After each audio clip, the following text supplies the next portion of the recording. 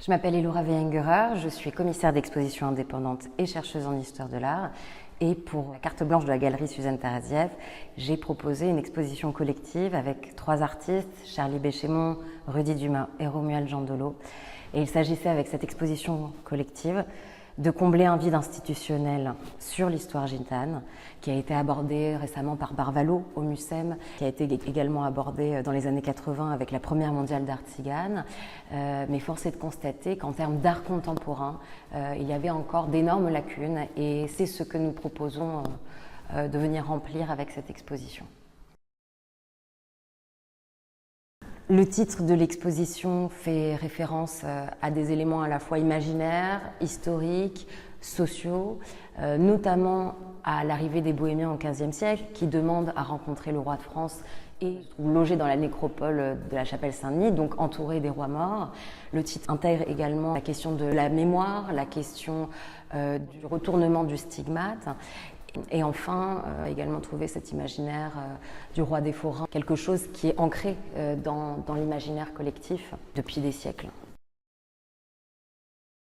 Alors l'exposition commence avec une installation de Romuald Jandolo qui va plutôt être traversée par une esthétique burlesque, très extravagante, très baroque, avec des références en même temps à l'histoire de l'art comme Toulouse-Lautrec, des références au cirque, mais aussi à l'internement des populations dites nomades. Ensuite on continue avec Rudy Dumas qui lui va travailler spécifiquement sur une histoire très ancrée puisqu'on parcourt la question du génocide des Roms et Sinti, mais on parle aussi de légendes, notamment la légende du clou tzigane. On parle enfin de sédentarité et de stigmatisation, de tatouage. Donc là, on va avoir vraiment des éléments très différents, mais très ancrés localement et historiquement. Et enfin, on termine l'exposition avec Charlie Béchémont, qui lui va avoir vraiment un rapport au corps, à l'impact aussi du matériau dans le corps, puisque Charlie Béchémont va travailler des matériaux toxiques pour parler notamment du racisme environnemental et de la situation actuelle des aires d'accueil. Cette exposition, je l'inscris aussi dans le cadre de ma thèse, de ma recherche doctorale en histoire de l'art. Donc je travaille à l'écriture d'une histoire rome, gitane, manouche, voyageuse de l'art contemporain. Et ce qui était très important pour moi dans le cadre de cette thèse, c'est de ne pas la faire sans les artistes. Pour moi, l'histoire de l'art, elle s'écrit avec les artistes. Et donc la première chose que j'ai souhaité faire, c'est de faire se rencontrer les artistes, de faire groupe, de faire scène. Et cette exposition est aussi une manière d'écrire en fait cette histoire collectivement. Alors je travaille sur ce sujet depuis 2018, date à laquelle s'est tenue l'exposition monographique de cette artiste rome-autrichienne Chaya Stoica. J'étais alors assistante à la Maison Rouge, puis j'ai développé un travail de recherche indépendante sur le sujet.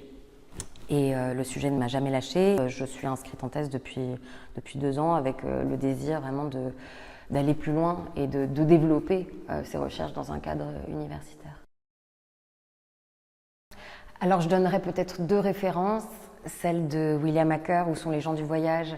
William Acker qui est invité à discuter avec nous le 2 août, qui est la date de fin de l'exposition, qui est une journée importante puisque c'est la journée de commémoration européenne du génocide des Roms et Sinti. Et le livre de William Acker est une référence pour moi ainsi que pour les artistes. Je mentionnerai peut-être un auteur français, Matteo Maximoff, qui est le premier auteur rome d'origine caldérache français. Et c'est cet auteur qui a donné son nom à la médiathèque qui se trouve dans le 19e. Et c'est une médiathèque dans laquelle on peut trouver des événements, des rencontres, des débats autour de ce sujet. Et c'est vraiment dans ce lieu-là que se concentrent toutes les réflexions autour de l'histoire, de la mémoire et de la situation actuelle des populations romanies et des voyageurs.